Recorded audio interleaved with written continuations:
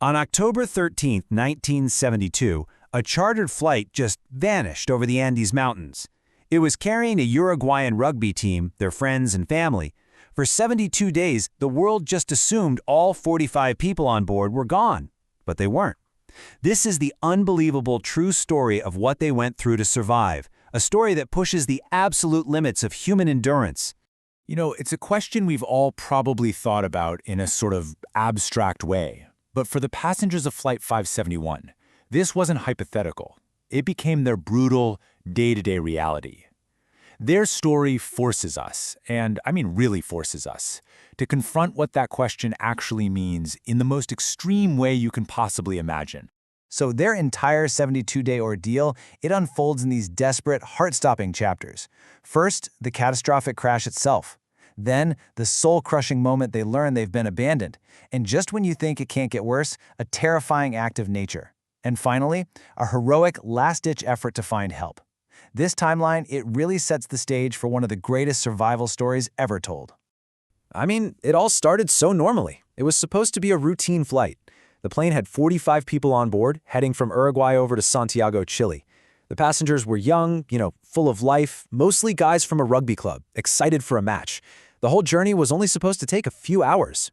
So they had to make an overnight stop because of bad weather. But then they took off again. The pilots, thinking they were already near Santiago, started their descent right through these thick, heavy clouds. But when they finally broke through, it was a complete horror show. They weren't descending into a valley. They were flying straight at a massive, unforgiving mountain face. The pilots, they pulled up with everything they had, just maximum power. But it was too little, too late. The back of the plane clipped the mountain, and it just sheared off the entire tail section. In an instant, 3 passengers and 2 crew members were just gone, pulled out into the freezing air. Can you even imagine? The front part of the fuselage, now just a crippled tube, hurtled forward and slammed into another peak, which tore off a wing. That wreckage then just plunged onto a glacier, sliding down this icy slope at a terrifying 350 kilometers per hour before it finally, violently crashed to a stop in the snow. And yet somehow, amid all that twisted metal and complete devastation, 33 people were still alive.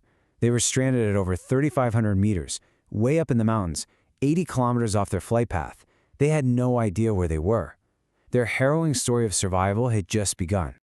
So in those first few moments and days, the survivors, many with just horrific injuries, were dealing with freezing temperatures and this blinding snow. But they were all holding on to one thing, one powerful idea. Rescue is coming. But the disconnect between what they were doing and the reality of their situation, it was just tragic. They'd see search planes fly overhead and they'd scream and wave. They used lipstick on the roof, they made a cross with suitcases, anything to be seen. But the heartbreaking truth was, the white fuselage of the plane was perfectly camouflaged against the endless snow. They were totally invisible from the air. Then, 11 days after the crash, they managed to get a little transistor radio working. And the news they heard, it was absolutely devastating. The official search for Flight 571 had been called off. The world had given them up for dead. Right then, in that moment, they knew they were completely and utterly on their own.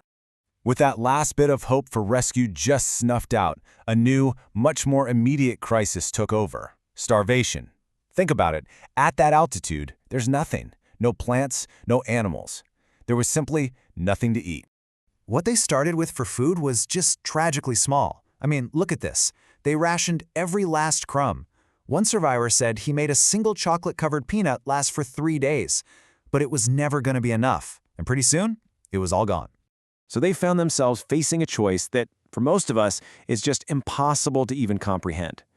Do they hold on to the rules of the world they left behind and just starve to death? Or do they do the unthinkable to survive?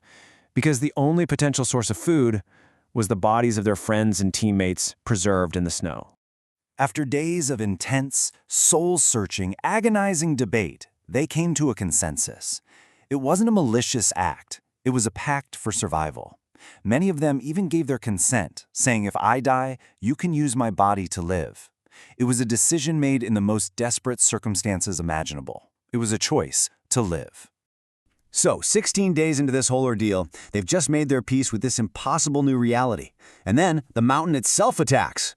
As they slept inside the broken fuselage, a low rumble started to grow, and it grew into a roar. An avalanche slammed right into their shelter, filling the entire thing with snow in seconds. 8 more people died, suffocated instantly. The 19 survivors who were left were now trapped under the snow, in total darkness, for 3 full days before they could finally dig their way out. After the avalanche, that was it.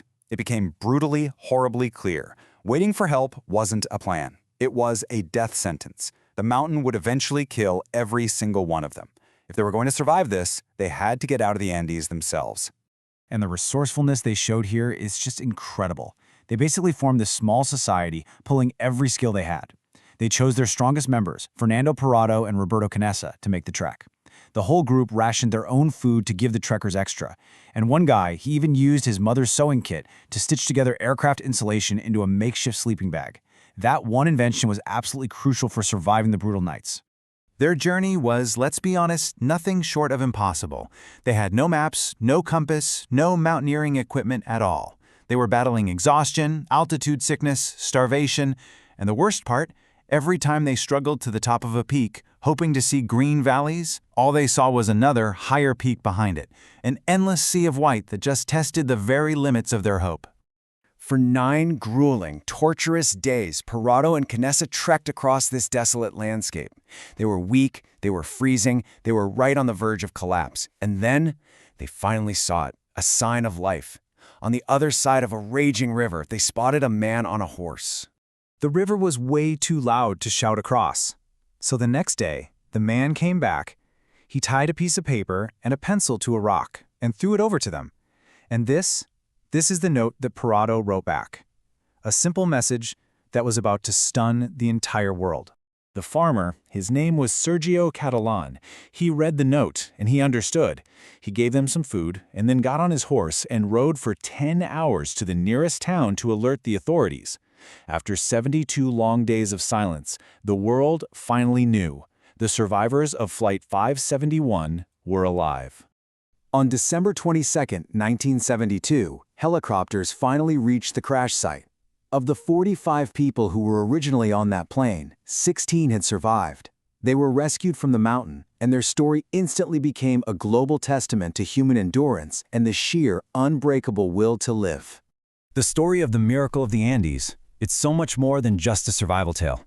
It pushes us to ask these incredibly profound questions about hope, about sacrifice, and about the amazing strength of the human spirit.